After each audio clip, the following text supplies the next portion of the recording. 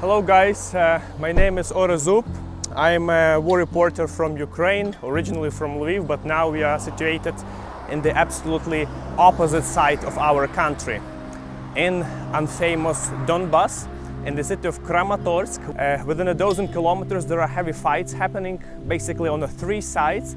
However, this city is still reachable even by civilians.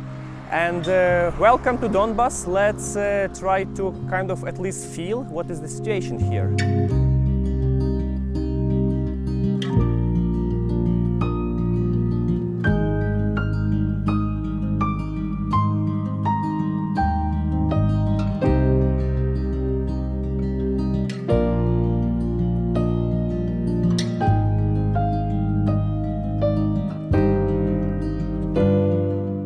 So behind me is not a mountain, how you might think, but those are the leftovers that came out from the coal mine, which actually defines the entire history and local culture in Donbass. So whenever you travel in Donbass, you can see these huge hills, and the way how the entire area is urbanized are the scattered town around the coal mines on a very vast area, giving it very industrial and kind of harsh, tough feel. Entire area is heavily urbanized, making it the most densely populated part of Ukraine. Most of the people had to flee, and those who remained here are among most underprivileged parts of our society, who lost jobs and in many cases who lost their hope. Most of the cities in Donbass look rather unattractive. So basically they were developed during the Soviet period when this area became industrialized heavily, and it looks like this, you know. So even though the weather is very shiny at the moment, like let the car pass by. Oh, just a second ago we were stopped by the army car pointing guns at us, telling like, what are you doing, why are you filming? So we quickly told them we are journalists, showing our like accreditation, and they're like, wow, cool down. And they told guys, this is war happening, you better watch out. So Hrvoje, how are you? Okay? Yeah, I'm perfectly okay. I knew that this is okay, that it was legitimate, maybe a little bit too much with pointing it with the gun, but this is like a legitimate request to see who is filming. This is the war area, and of course, you know, they can ask what we are doing. Yeah, and this is a reminder for us to be very careful. So guys, stay with us, watch this video, thumbs up before, and let's carry on. So we are entering Kramatorsk. Kramatorsk is a large city in northern part of Donbass. It's like within a few dozen kilometers from the front line, which means that the artillery fire is not that heavy here as in other surrounding areas. However, it definitely feels like a war zone. Not much traffic. We arrived yesterday night. It was absolutely dark with no people. Surrounding area is very sketchy. And yeah, I don't know what to expect. We'll see. What do you know about Kramatorsk? Kramatorsk, it's a large city. It's up to 200,000 people used to live here before the war. It's a center of the large industrial metropolitan area in the north of Donbass. It broke up all the news when the terrible attack happened on the railway station here, when there was evacuation happening. As you can see, people are building some barricades on the major crossroad in town, because Russian forces are advancing, although very slowly. They're still pushing ours inside, and who knows what will happen here in the nearest time. So far it's been quiet for the last few days. Even the soldiers told us on the checkpoints that they are surprised. Let's hope this is not a coming down before the storm, as we tell in Ukraine. And let's hope this day will be insightful and safe for us. Please meet my friend Andrei. Andrei, nice to see you. We are schoolmates. We are studying law together in the university, and now we came to visit them, Andrei and his friend Vitaly. We are very curious to hear from you. So you tell us what's your local perspective here. Hi everyone, so my name is Vitaly, and in my real life, in my civil life, I'm a teacher of English in a small art school that is very close to the Polish border in the city Sokol. But life, as you know, happens and sometimes in turns, and now we have to protect our countries. That's why I changed I hope for a short period, my career from being a teacher to a military one. So nobody knows what will happen, but now we stay in quite far from our home because we have to protect our country. And so, but firstly, it was really very stressful for me, for my family, for all my friends, because it's really not so easy to change your life, to change your position, because as you're a teacher, you are still doing your task, but now you have to change everything in your life. You have destroy a lot of your experience, but start doing something new to protect your country. So Vitaly, you introduced yourself and you said why you are here, but there is one more additional thing, one more interesting thing. Why you're here in Kramatorsk and not with your family, or actually with your family outside of Ukraine? As far as I know, you got the opportunity to, since you have three kids, you got the opportunity to get out of the country. But why didn't you take this opportunity? Maybe because of you could think about the safety of your children, and you decide not to. Can you explain that? Okay, I try to explain it. It's really not so easy, but I really had the chance, the opportunity, to go out of my country. And so the reason was that I am a father of really three great kids. But you know that it doesn't matter if you are a father of three or one, or if you even not a father. It seems to me that the main choice for every man is first of all to protect your country. And it really doesn't matter of your children. And I hope this everything will be okay. We can travel a lot with my family anywhere in future. But first what we have to do is to do maybe a little bit, but for your country.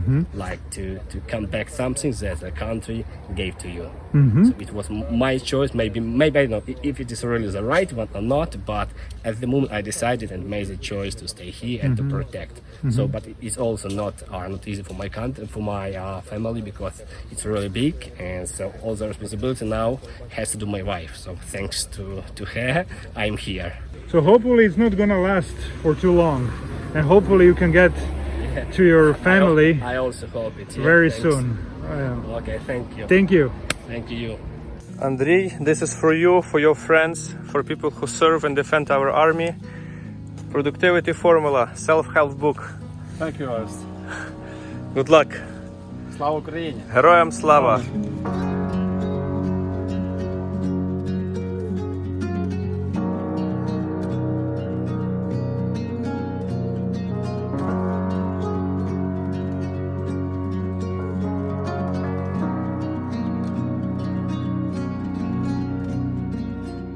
So guys, we arrived to the railway station in Kramatorsk, which was a scene of a terrible disaster happened here not a long time ago. You probably remember it was one of the biggest single attacks that happened in Ukraine, and over 50 people died there during one single attack. So people were evacuating from Kramatorsk all the way to western parts of Ukraine, and since then trains are not operating here anymore. Now, as I told, trains are not going from here, but the entire population was asked officially by the government to evacuate. And a few days ago, I remember there was even a resolution to evacuate all people from Donbas. So it means they are preparing for something serious, and on one reason it will help our army to fight back, save more lives, and another reason it will help local residents to sustain the winter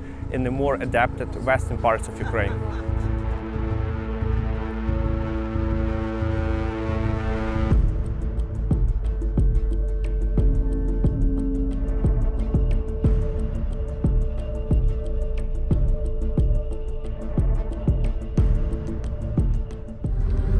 Listen guys, listen. Airstrike alarm. Oh wow. It's a regular routine over here. People disappeared from the street at this very time, and the only hope is that you're not going to be in the wrong place, in the wrong location. The entire central square is absolutely empty. The only presence of people are militaries who are just hiding around. Oh wow. Local residents are struggling here. Obviously, many of them lost jobs, and we just seen a convoy with food supply. So, like those organizations who made it that far is really impressive to see, because it's very remote place in regard to like the scale of Ukraine. You know, many organizations think that they can deliver something to Lviv and they are done. But the main challenge is to come all the way here, close to the war zone. And we also experienced the situation how residents live. So we met a young guy who happened to have a birthday on the same very day when we gave him a lift, and eventually bought food and delivered to his family, and mother was like simply astonished. She was so impressed. She even got scared because she thought that her boy did something wrong. And yeah, we arrived, but we assured them everything is okay. It's a present. So so now guys who are watching this video, you can play back and tell in the comments how many turns did you make here, including those I'm doing right now. Let's see who will make it right.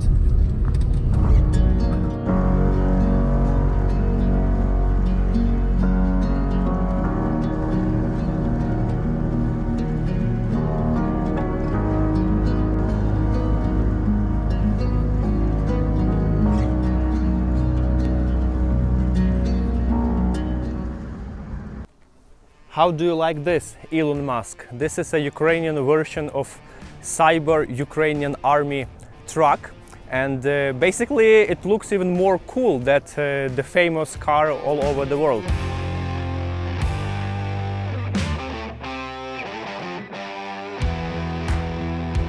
So basically the entire car industry in Ukraine is also reorganized to support the army needs of our soldiers, and many cars have been redesigned for different types of protection. And you might be wondering which type of model is this. Try to guess right now, but I will save you some time. This is based on the Land Cruiser. So basically you might be thinking that there is nothing left of the Toyota, but actually the entire transmission system, the inside section, the engine is original, but the entire cover outside of it, it's armored, and it's designed to protect our soldiers against the shrapnels that are a result of any types of eruption. So this looks pretty impressive, and I'm very curious how does it look inside. So let's take a look. Opa! Cool. Welcome.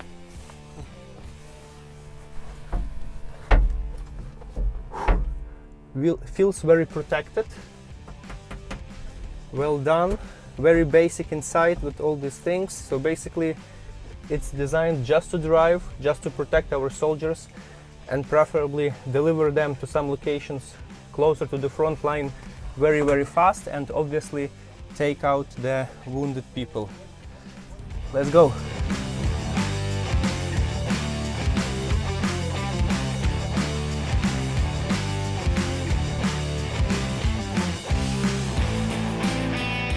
Such cars are being designed in well-crafted garages all over Ukraine.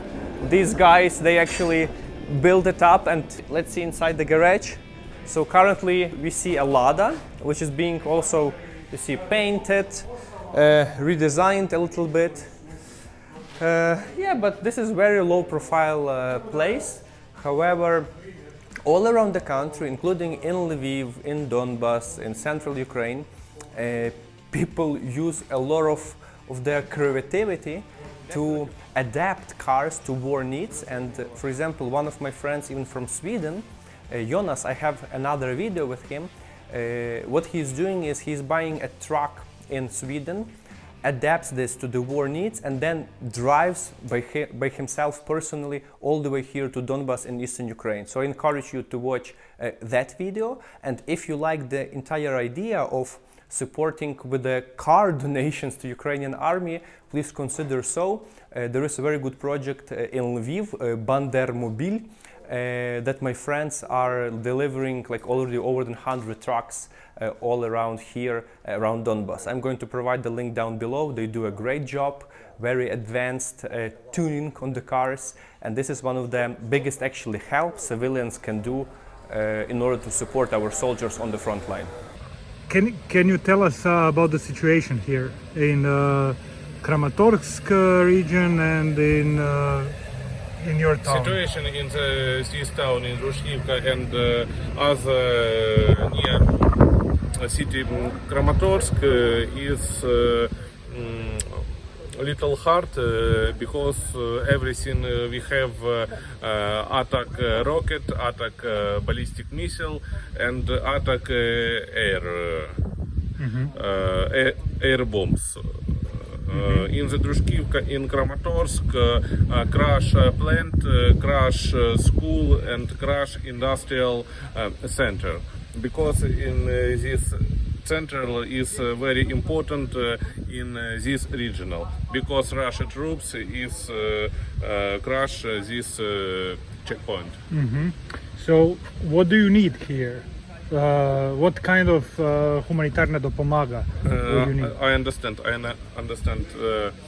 In people is live in this need humanitarian human help and eating and other, and the greatest is water because in Drushkivka do not water is 3 months. 3 months. 3 months, yes. That's bad. And every this summer is not water. Summer is hot, water is not. Situation in Donbas is very difficult. It was hard for each to us, but for all the logistical lines and food supplies, it's even twice harder. So basically, I see the small shop. Let's take a look inside. How does it look like? Many shelves are empty, but on the other side, you see everything you can have, what you need. The girl who is selling is very shy, so she told like, don't film me. But I mean, it's definitely tough here, right? And what people local told is that the biggest problem they currently have in many towns around, in particular, is this one in Jurivka, not far from Kramatorsk, is that there is the water cut. So basically they don't have centralized water, and the only way they can get a drinking water is from the big canisters that arrive from other provinces. That is the biggest problem. And second one is that the power system around is not capable enough to heat everything in winter. And this is something that they have to expect as well, and definitely very, very worried how they're going to survive the winter. Let's go. As you notice, there are many different requirements that people in Donbas really need in order to sustain this winter. That's why it's important to spread the message and show what's the real situation on the ground down there. And very soon in December, in the city of Rzeszów in eastern Poland, there's going to be organized a large humanitarian conference, World for Ukraine. I'm fortunate enough to be the part of the organizing team, guys, and would like to invite you to this conference as well, if you are somehow connected to Ukrainian question. Please see more details about this conference by the link down below this video, and I'm looking forward to see you there, or at least share this with your colleagues who are engaged with Ukraine. Let's carry on and see more of Donbas. Suddenly we heard explosions. Those were the artillery attack in the nearby town, and it was kind of a sign to leave. Luckily, the major roads in Donbas are surprisingly well, so we quickly made our way out of the warring area and reached Dnipropetrovsk Oblast, as you can see written behind me. I am personally leaving Donbas with kind of mixed feeling of sadness, tragedy, but also a little bit of hope in the bright future of Donbas in sensu stricto and Ukraine in general. We are entering into Dnipropetrovsk area, which is already in a relatively safe zone, but still kind of on the east of Ukraine. Let's carry on, guys. Let's continue our expedition and let's stay with Ukraine. See you soon.